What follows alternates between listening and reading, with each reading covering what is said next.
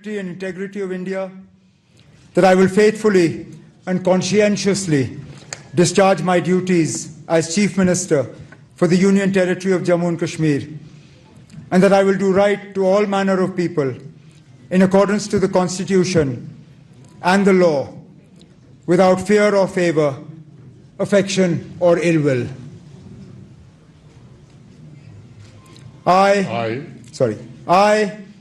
Omar Abdullah, do swear in the name of God that I will not directly or indirectly communicate or reveal to any person or persons any matter which shall be brought under my consideration or shall become known to me as Chief Minister for the Union Territory of Jammu and Kashmir, except as may be required for the due discharge of my duties as such Minister.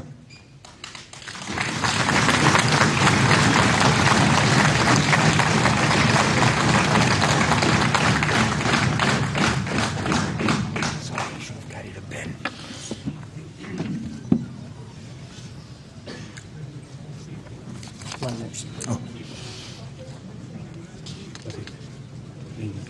My hand is shaking.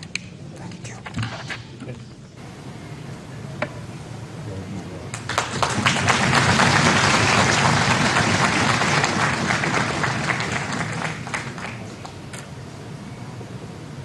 और आपको सीधे लिए चलते हैं पाकिस्तान।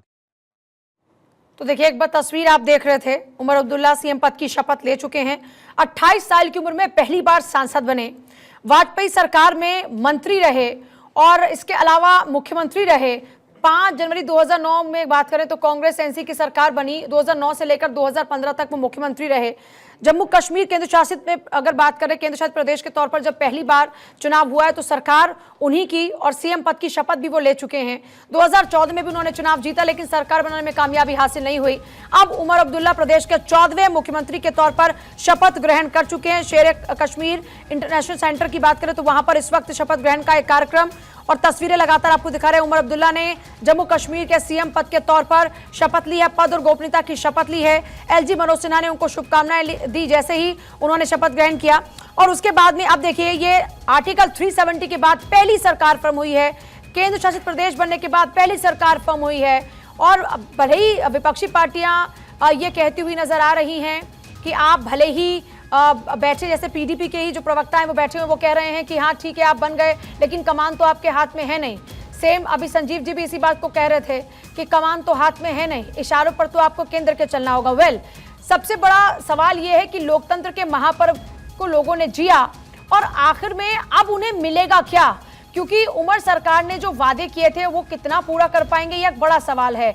जब कोई भी सरकार बनती है, लोगों के बहुत सारे एक्सपेक्टेशंस होते हैं और सरकार के कंधों पर एक बड़ी जिम्मेदारी होती है कि वो उन एक्सपेक्टेशंस पर खरा उतरें। उमर अब इन एक्सपेक्टेशंस पर कितना खरा उतर पाएंगे? हालांकि देखिए, क्योंकि एक्सपीरियंस्ड है, एक पॉलिटिकल फैमिली से आते हैं, पॉलिटिकल बैकग्राउंड है उनका, उनकी फैमिली पॉलिटिकली स्ट्रांग है और दूसरा सरकार चलाने का अनुभव उनके पास में है।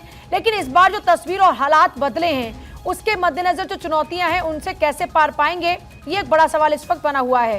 तो तस्वीरें इस वक्त आप देख रहे हैं, अब कुछ ही देर में पिक्चर क्लियर होगी कि फिलहाल कैबिनेट में कौन कौन से चेहरे शामिल हो सकते हैं, क्योंकि माना यह जा रहा है कि 9 चेहरे हैं जो कि कैबिनेट में शामिल होंगे और आज उमर अब्दुल्ला के साथ में उनका भी शपथ ग्रहण होगा।